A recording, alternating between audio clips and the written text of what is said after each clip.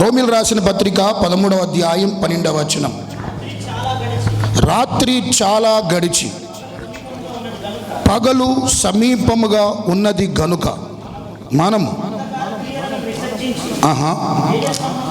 తేజో సంబంధమైన ఉద్దోపకరణములను ధరించుకొందుము. ఈ పరిశుద్ధ వాక్య భాగాన్ని దేవుడు దీవించునుగాక.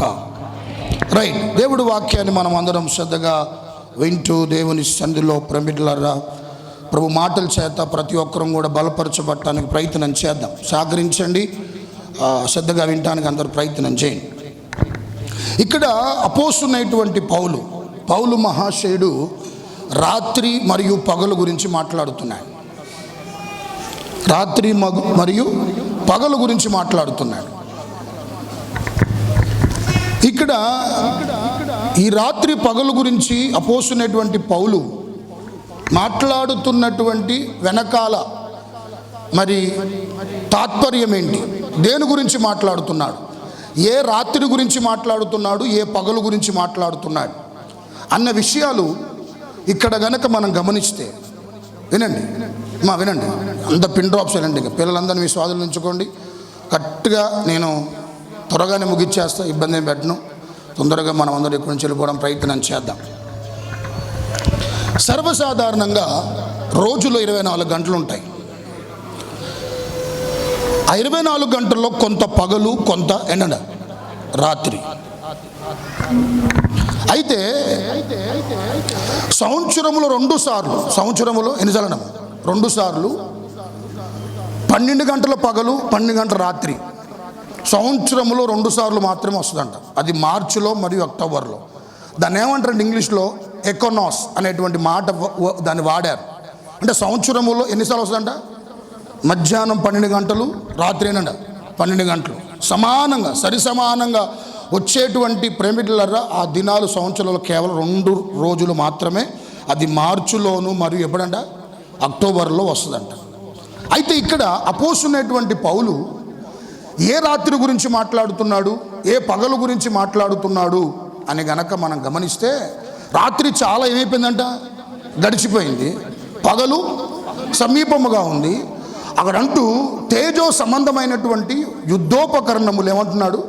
ధరించుకోమని చదవబడ్డ వచ్చిన భాగంలో చూస్తున్నాం. పౌలు గారు తను రాసినటువంటి 14 పత్రికల్లో చాలా కష్ట పత్రికలు అంటే ఏమైనా ఉన్నాయంటే ఎవి చదువుతున్న సర్వసాధారణంగా అర్థమవుతాయి. ఎవరు రాసిన పత్రికలు? అపోస్తులైనటువంటి పౌలు రాసినటువంటి పత్రికలు సర్వసాధారణంగా అర్థమవుతాయి. కానీ 2 పత్రికలు మాత్రం మనకు అర్థం కావు. అవేంటంటే మనం చదువుకున్నటువంటి ప్రేమికులారా రోమా రాసినటువంటి పత్రిక, రెండవది హెబ్రీయులు రాసిన పత్రిక. ఈ 2 మన అంత తొందరగా అర్థం కావు.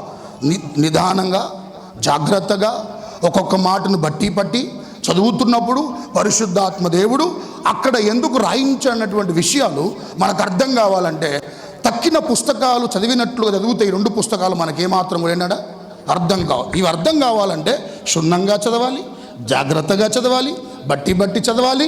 ఆ 2 పుస్తకాల్లో ఉన్నటువంటి ప్రేమికుల ఉద్దేశాలు అప్పుడు పరిశుద్ధాత్మ ఎందుకు రాయించాడో ఒక విశ్వాసికి దేవుడు తెలియపరుస్తాడు. ఆమె చెప్పండి ఒకసారి. అయితే ఇప్పుడు ఈ 14 పత్రికల్లో ఈ రోమా పత్రిక అంతా కూడా దీన్ని కనుక మనం మిక్సీలో వేసి ప్రేమికులారా ఒక్క మాటలో చెప్పాలంటే దీంట్లో గాడ్స్ రైచియస్నెస్ గురించి మాట్లాడుతుంది. అంటే దేవుడు నీతిమంతుడు అన్న పదాన్ని ఎక్కువగా ప్రేమికులారా ఎక్కువగా చెప్పినటువంటి పదాల్లో రోమిల్ రాసిన పత్రికలో అపోస్తులైనటువంటి పౌలు దేవుడి యొక్క నీతిని గురించి, దేవుడు నీతిమంతుడని, గాడ్ ఈజ్ రైచియస్నెస్ అని ఎక్కువ ఈ పదాలు రోమిల్ రాసిన పత్రికలో మనకు కనపడతాయి. అంటే వినండి ప్రేమికులారా, దాని అర్థం ఏంటంటే నీతిమంతుడు ఒక్కడు లేడు. కేవలం ఈరోజు ఒక వ్యక్తి నీతిమంతుడు అయ్యాడు అని అంటే ఎవరి ద్వారా నీతిమంతుడయ్యాడు అని ఆలోచన చేస్తే కేవలం ప్రభువైన యేసు క్రీస్తు వారి ద్వారా మనం ఏమయ్యామని ఆలోచన చేస్తే ఉచితముగా, ఫ్రీలీ చెప్పడమేనట, ఉచితముగా మనం నీతిమంతులం అయ్యామని ప్రేమికులారా అపోస్తులైనటువంటి పౌలు తెలియజేస్తున్నాడు. అది మానవుడి పట్ల దేవుడు కలిగి ఉన్నటువంటి ప్రేమ. అది ఆ ప్రేమకు ప్రేమికులారా ప్రతిగా ఈరోజు ఉచితంగా మనుషుడు ఏమవుతుంది చెప్పాలా, పాపి కాస్త పరిశుద్ధుడు అవుతున్నాడు, ప్రేమికులారా అనీతిమంతుడు కాస్త నీతిమంతుడు అవుతున్నాడు. ఈ ప్రక్రియ ఎలా జరిగిందంటే దేవుడు నీతిమంతుడై ఉన్నాడు కాబట్టి ఆయన నీతి ఈరోజు మనుషుణ్ణి ఏం చేయగలిగిందని ఆలోచన చేస్తే నీతిమంతుడుగా మార్చింది అనే పదాలు రోమిల్ రాసిన పత్రికలో మనకు కనపడతాయి. ఆ మాటలు ఎందుకు ప్రధానంగా రాయడం గల కారణం ఏంటంటే ఎక్కువగా ఆ రోజుల్లో లీగలిజం అంటే ప్రేమికులారా క్రియల ద్వారా మాత్రమే రక్షణ వస్తుంది. ఎట్లా వస్తుందంట?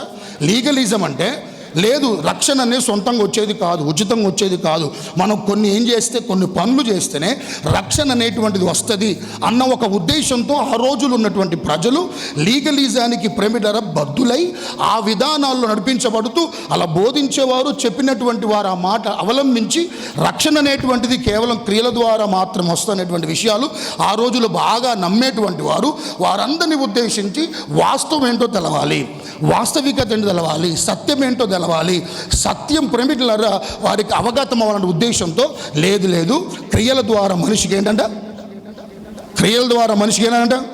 రక్షణ రాదు, కేవలము యేసుక్రీస్తు యందు విశ్వాసం ఉంచడం ద్వారా ఆయన నీతిమంతుడని ఎవరైతే గ్రహిస్తారో ఆయన వద్దకు వచ్చినటువంటి వారు ఉచితముగా నీతిమంతులు అవుతారు అన్న మాట రోమిల్ రాసిన పత్రికలో మొత్తం ఈ ప్రేమికులారా 16 అధ్యాయాలు కలిగినటువంటి రోమిల్ రాసిన పత్రిక దేవుని నీతి గురించి గొప్పగా వ్యాఖ్యానిస్తాడు. ఇప్పుడు ఈ రోమిల్ రాసిన పత్రిక క్రైస్తవ ఉనికికి ఆధ్యాత్మిక అభివృద్ధికి దోహదపడేటువంటి పుస్తకం అంటే ఉందంటే పౌలు రాసిన పుస్తకాల్లో రోమిల్ రాసిన పత్రిక. ఆమేన్ చెప్పండి ఒకసారి.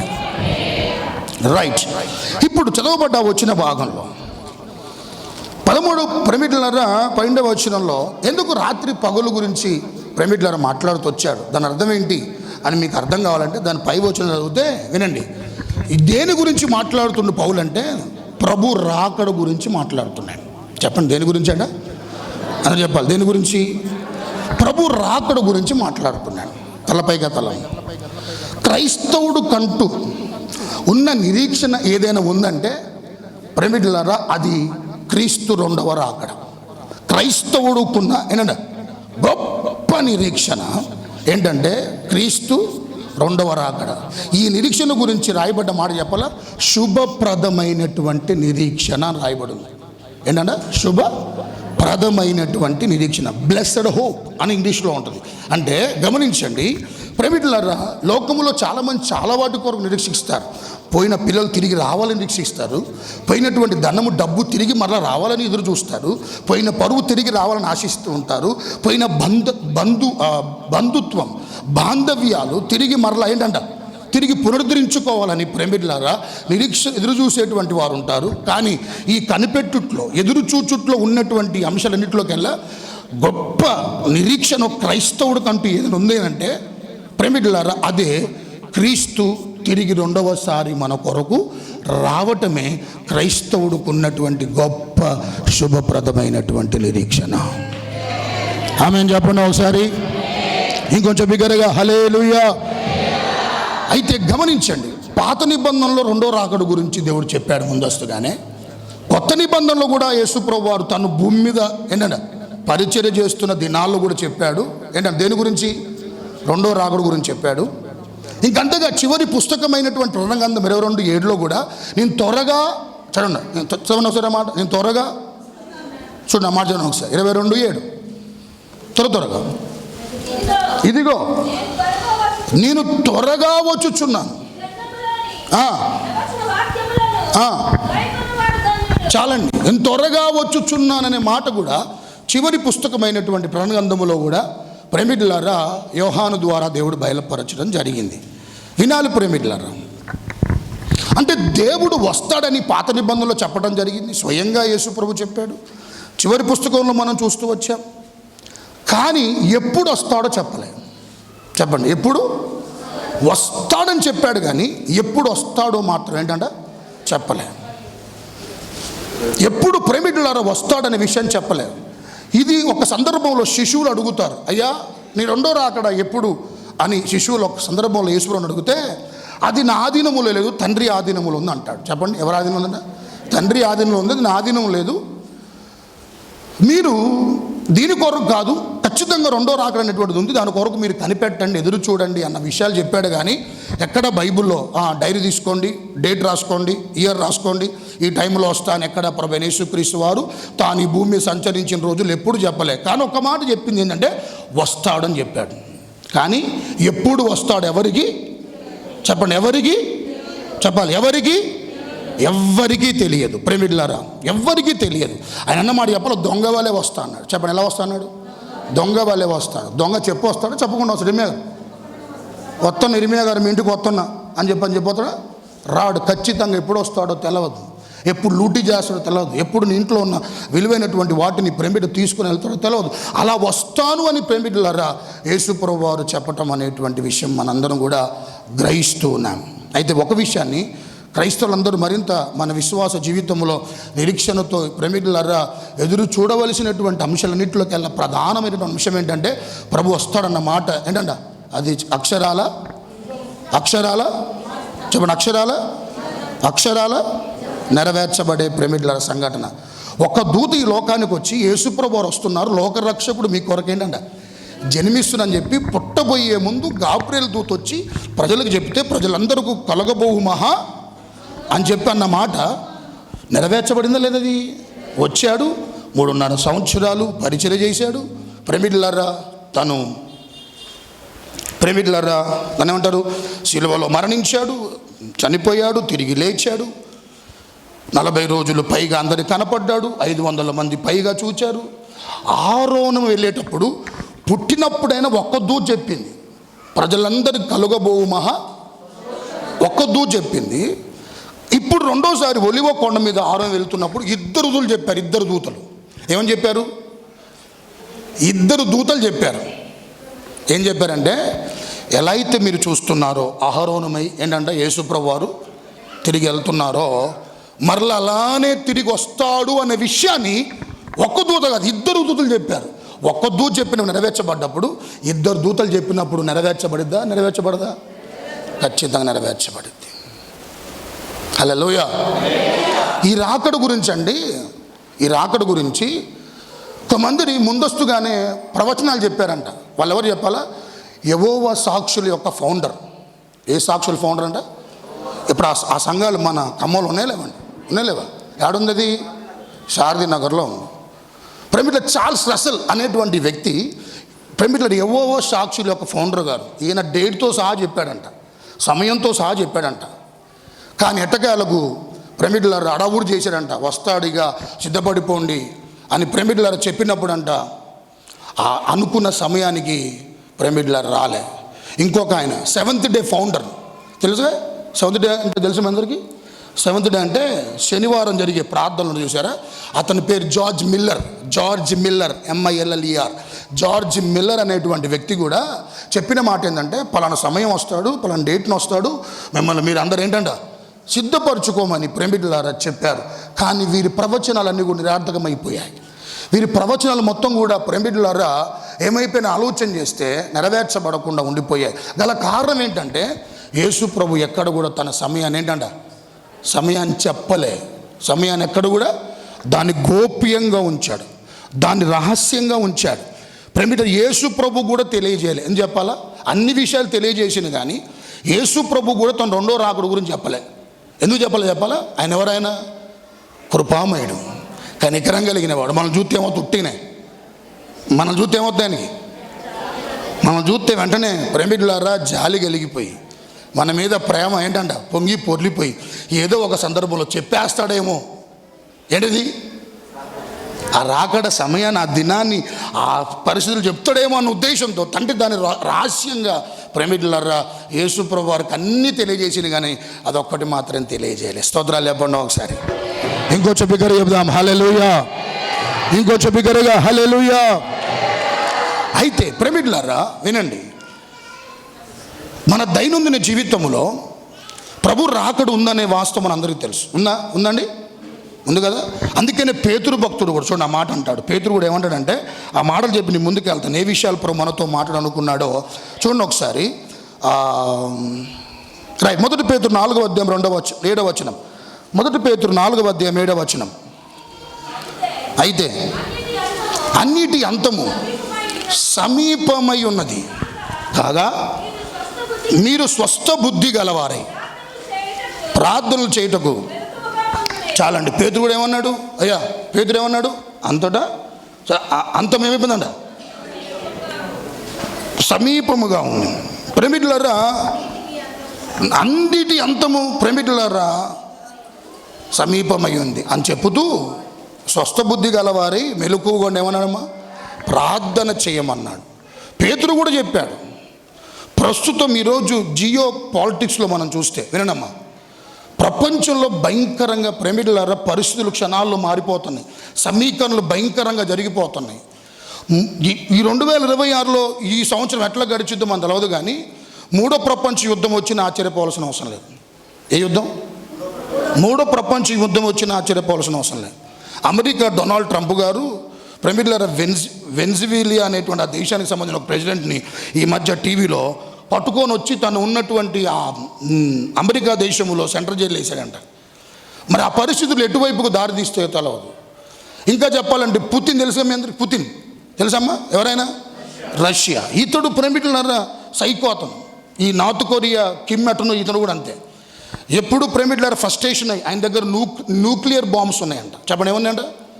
న్యూక్లియర్ అంటే ప్రేమిటులారా న్యూక్లియర్స్తో గనక దాడి చేస్తే, విస్ఫోటన గనక జరిగితే, ఆటం బాంబ్స్తో గనక ప్రేమిటులారా యుద్ధాలే జరుగుతాయి. ఎంతమంది లక్షల కోట్ల మంది ప్రజలు నిరుత్సాహులైపోయేటువంటి పరిస్థితి ఉంది. భయంకరమైనటువంటి పరిస్థితులు లోకములో క్షణాల్లో ఏమైపోతుంది చెప్పాలంటే? ఏమైపోతున్నాయి? క్షణాల్లో పరిస్థితులన్నీ మారిపోతున్నాయి. ఇరాకులు అంతర్గతంగా యుద్ధాలు జరుగుతున్నాయి. అది ఎటువైపు దారి తెలవదు. ఇప్పటికీ ఇండియా పాకిస్తాన్ బార్డర్స్లో ఏం జరుగుతుంది? ఏదో ఒక యుద్ధం. ప్రేమిటులారా అటు పాకిస్తాన్, ఆఫ్ఘనిస్తాన్ ఇలా చెప్పుకుంటూ వెళ్తే పరిస్థితులు ఎటువైపుకు దారి తీస్తే తెలవదు. కానీ మొత్తానికైతే ప్రేమిటులారా ఇవన్నీ గమనిస్తున్నప్పుడు, ఇవన్నీ ప్రపంచంలో ఈ యుద్ధాలు, యుద్ధ సమాచారం, కరువులు, కాటంకాలు, ప్రేమిటులారా కరువులు, భూకంపాలు ఇవన్నీ కూడా జరుగుతున్నప్పుడు ఇవన్నిటికి దేనికి సంకేతం చెప్పాలా? ఇవన్నిటికి సంకేతం దేనికి? దేవుడి రాకడ సమీపముగా ఉన్నది. హల్లెలూయా. ఇంకంతేకాదు, మనుషుల హృదయాలు కూడా క్షణంలో మారిపోతున్నాయి. మనుషుల హృదయాలు కూడా ప్రేమిటులారా మనుషుల యొక్క జీవిత విధానాలు కూడా మారిపోతున్నాయంట. అందుకనే కడవరి దినాల్లో ఎట్లుంటారో కూడా చెప్పాడు. ఎవరైనా? అపోస్తులైనటువంటి పౌలు కడవరి దినాల్లో మనుషులు ఎట్లుంటారని ఆలోచన చేస్తే చూడండి మాట. 2 తిమోతి రాసిన పత్రిక 3వ అధ్యాయం 1వ వచనం. అంత్య దినములో వచ్చి నేను తెలుసుకోను. ఏలయనగా మనుషులు స్వార్థప్రియులు, ధనాపేక్షలు, ఓకే,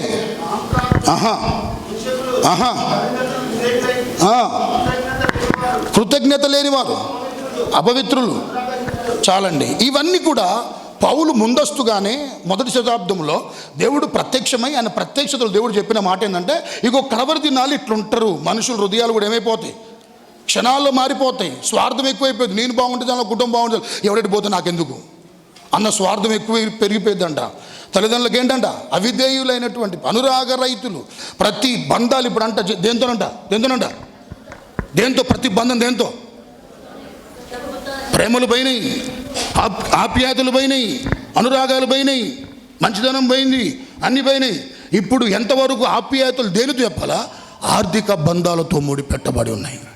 కాల్మా చెప్పాడు, ఎప్పుడో చెప్పాడు, ప్రతి బంధం అంట ఏంటంట ఆర్థిక బంధముతో ముడిపెట్టబడిద్ది అంట రానున్న దినాల్లో.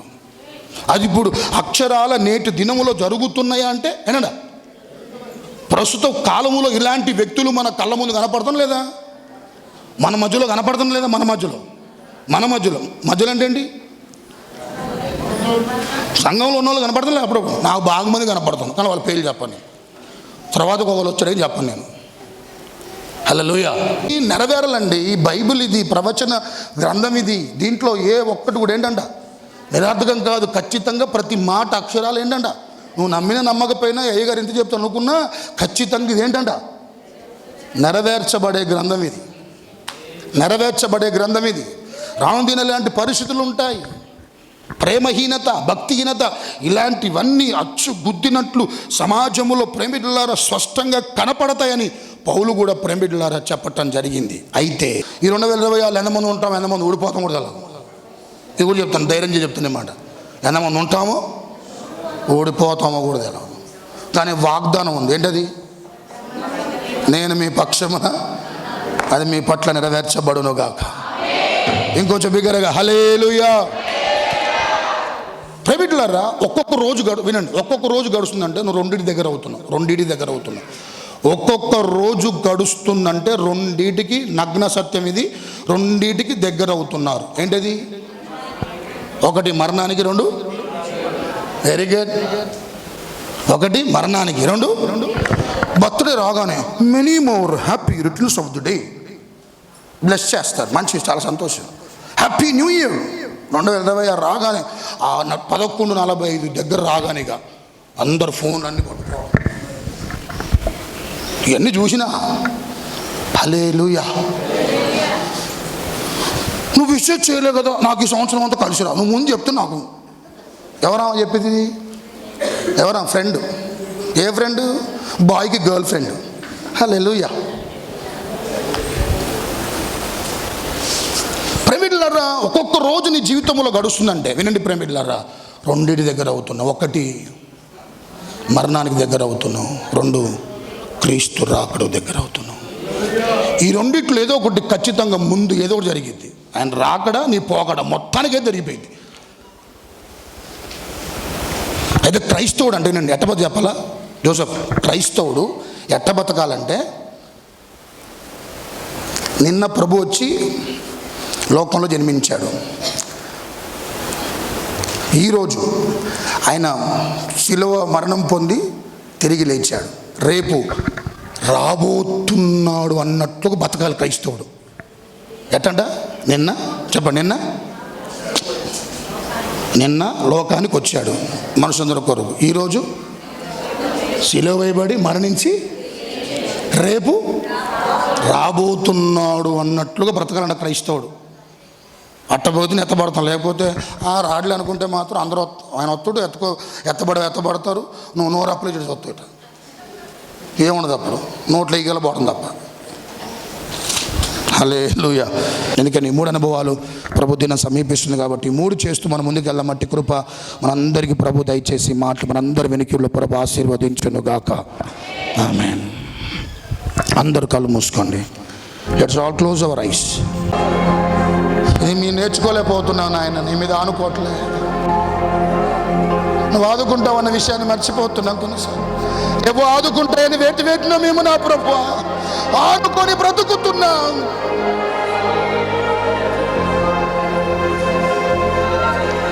విశ్వాసఘాతకులమై దయతో క్షమించను.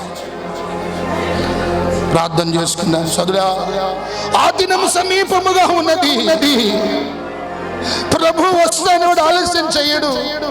ప్రతి క్రైస్తవుడికి ప్రథమ నిరీక్షణ ఇది. వస్తాని చెప్పిన వాడు నమ్మదగిన దేవుడు సంగమా, ఖచ్చితంగా వస్తాడు ఆయన. లోకము దాని ఆశలు గద్దించే రోజులు అతి త్వరలో ఉన్నాయి.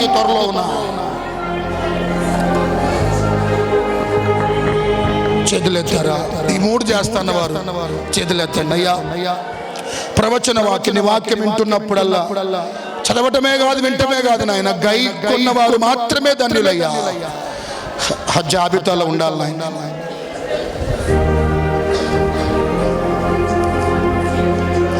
ఓపికగా ఉంటానయ్యా. ఎక్కడెక్కడ ఓపిక తెచ్చుకుంటున్నారు ప్రభు. కొన్ని స్థలాల్లో ఓపిక తెచ్చుకొని మరుగుతున్నారయ్యా. నన్ను దీవించే నీ స్థలములో మాత్రం ఓపిక ఉండలేకపోతున్నా. నీ మార్గములో ఓపిక ఉండలేకపోతున్నా.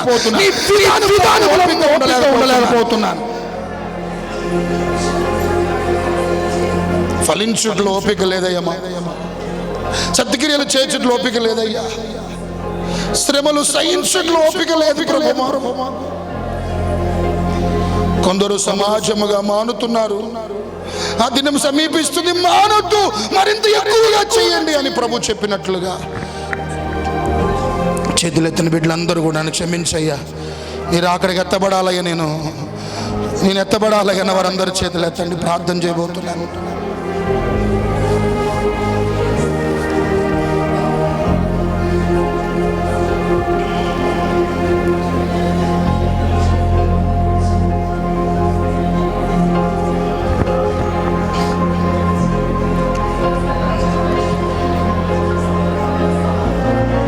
సావాసములో ఎదుగుచు ఆనందాన్ని ఆస్వాదిస్తానయ్యా.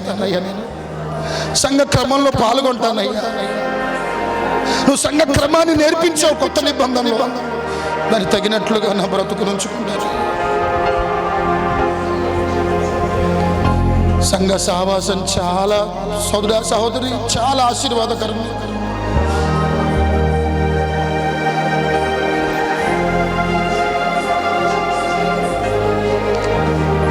చేతులెత్తిన బిడ్డలందరినీ నా ప్రభు బలపరుచునుగాక, నా దేవుడు దర్శించునుగాక. ఇది మొదలుకొని బిడ్డలందరూ రంగములోని రాకడ దినము సమీపముగా ఉందని గురు పెరిగి మరింతగా మూడు విషయాలు చేయునట్లుగా పరిశుద్ధాత్మ సహాయం ప్రతి ఒక్కరికి అటు కృప మాకు దయచేయండి.